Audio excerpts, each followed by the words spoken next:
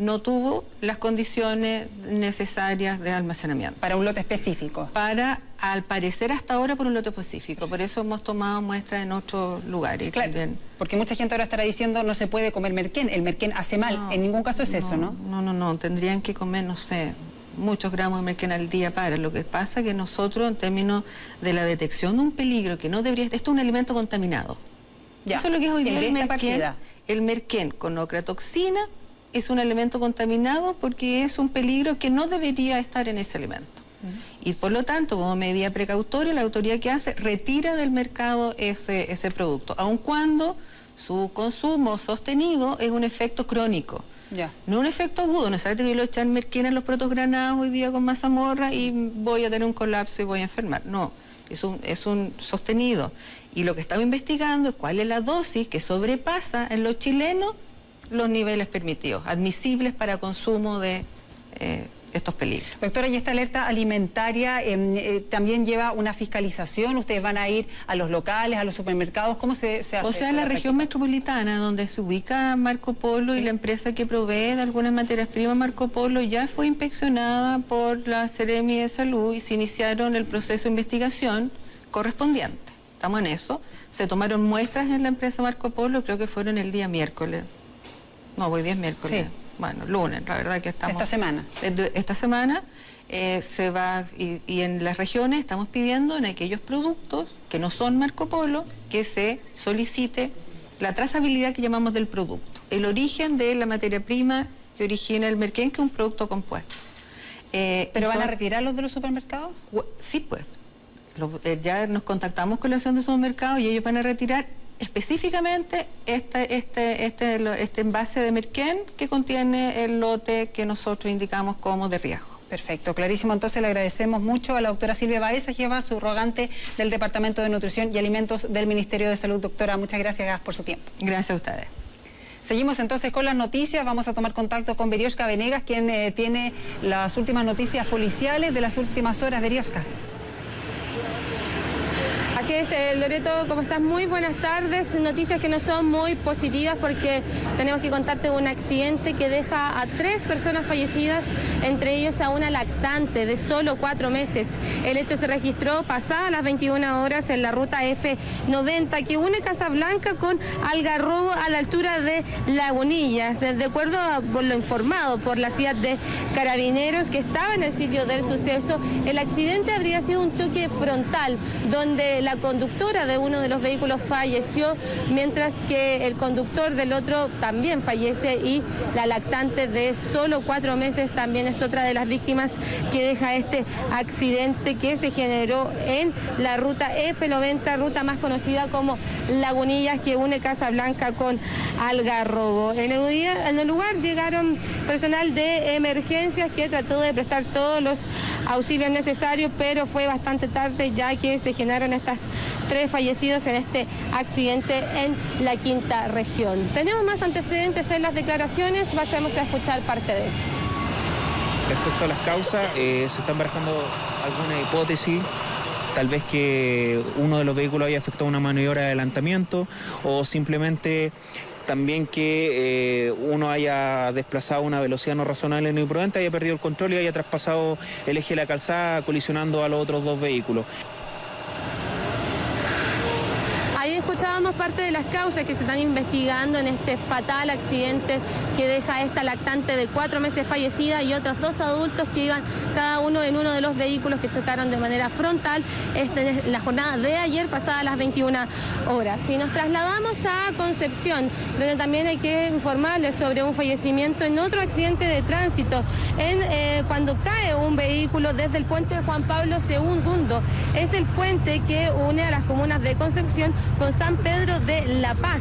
El hecho se registró pasadas las 2 de la madrugada, las 2:20, 2:23 específicamente, cuando una persona y otras 6 caen desde este puente que une a estas dos comunas de la región del Biobío y donde el conductor fallece en el lugar. El hecho se registró cuando el vehículo marca Chevrolet blanco perdió un control y se estrelló contra la barrera lateral cayendo sobre el río. Recordemos que este río estuvo cerrado, está seco por esta fecha debido a la sequía que hay en el lugar, por lo tanto el impacto que se generó fue bastante grande, lo que generó la muerte de una persona y a otras 3 que deja heridas. Hasta el lugar llegaron bomberos de Hualpén y de San Pedro, donde tratan de rescatar a estos 7 ocupantes y donde encuentran el cuerpo sin vida de uno de ellos. También tenemos más antecedentes en las siguientes declaraciones, pasemos a escuchar eso.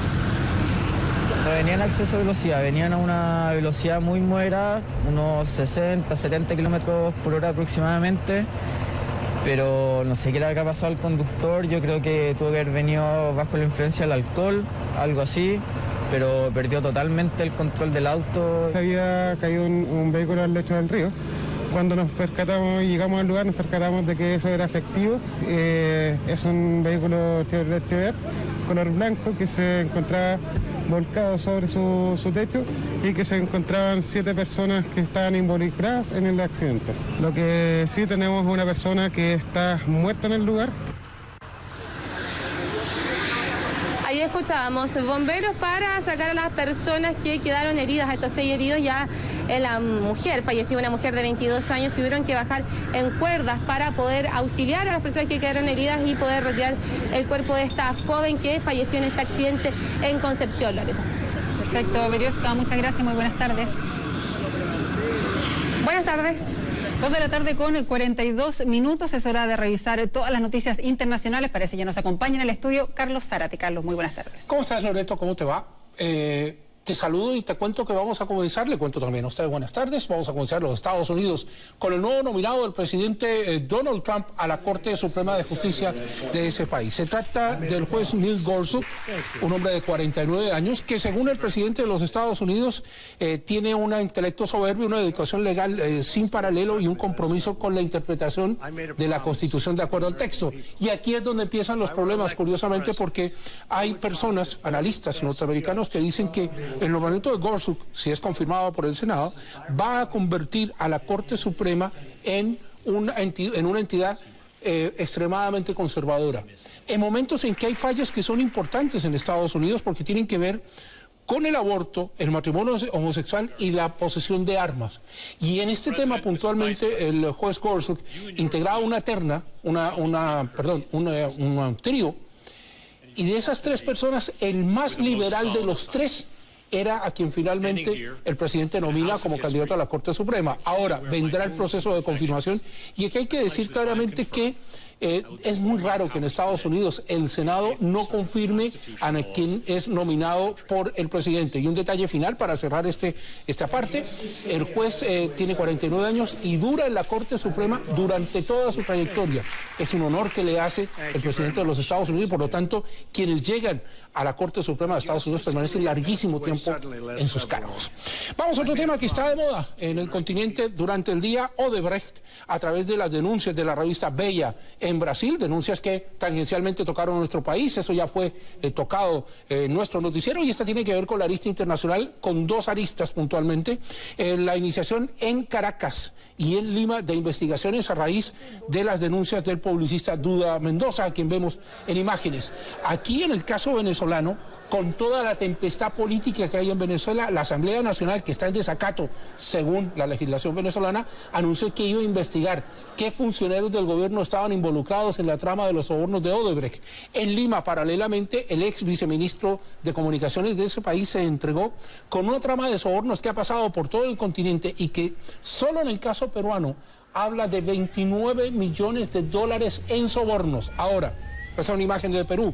En el caso de Venezuela se habla de una cantidad de más o menos unos 14 millones de dólares. Ahora, finalmente, según la declaración de Marcelo Odebrecht, en Venezuela se pagaron 98 millones de dólares en sobornos. La pregunta que uno se hace es si eso fue lo que se le dijo a la justicia para pagar la cuantiosa multa, ¿cuánto fue en realidad? ¿Le doy una cifra? Sí. La menciona un diputado opositor venezolano, Juan Guaidó, que dice que se pagaron más o menos, escúcheme bien, $1.000 millones en sobornos.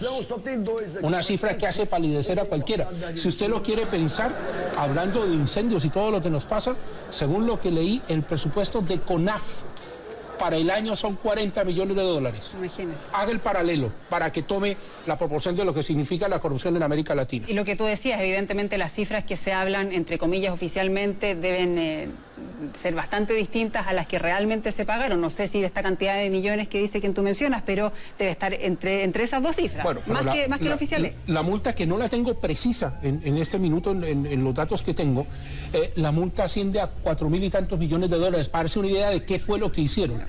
Cerramos ese tema, vamos a Francia para revisar lo que está pasando con el candidato conservador, el candidato de las derechas a la presidencia francesa, François Fillon, que era hasta hace un par de días, hasta el miércoles pasado, el gran favorito para ser presidente. ¿Qué le pasó? Su campaña hace agua porque resulta que descubrieron varias cosas. Por ejemplo, su esposa Penélope es investigada desde hace una semana por haber cobrado 831.000 euros como asistente parlamentaria del propio Fillon sin hacer absolutamente nada. Después Fillon fue sucedido y también cobró sueldo como asesor, del sucesor de Fillon, sin hacer ningún trabajo. Recibió $100.000 de una persona, de un amigo de Fillon, de una revista. También le pagaron a sus dos hijos 84.000 euros como asistentes parlamentarios. Él, a su vez, le cobró 21.000 euros al Senado, y para no marearlos con cifras, porque he mencionado mucha plata, tiene una consultora, mira, escúchame, tiene una consultora de la cual es el único accionista y, por cierto, el único dueño, que recibió del gobierno 600.000 euros. ¿Por? Cualquier cosa. Resultado práctico, Fillon, que encabezaba la encuesta, dice que se ha hecho un asesinato de imagen, a su imagen, y que él se va a defender. Las encuestas hoy lo sitúan de cuarto entre cuatro.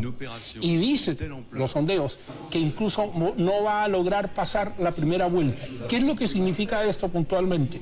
Que el candidato opositor, el candidato de izquierdas, probablemente se encuentre con una oportunidad de ser presidente de Francia, pese a que Hollande, el presidente actual, que estuvo aquí en Chile,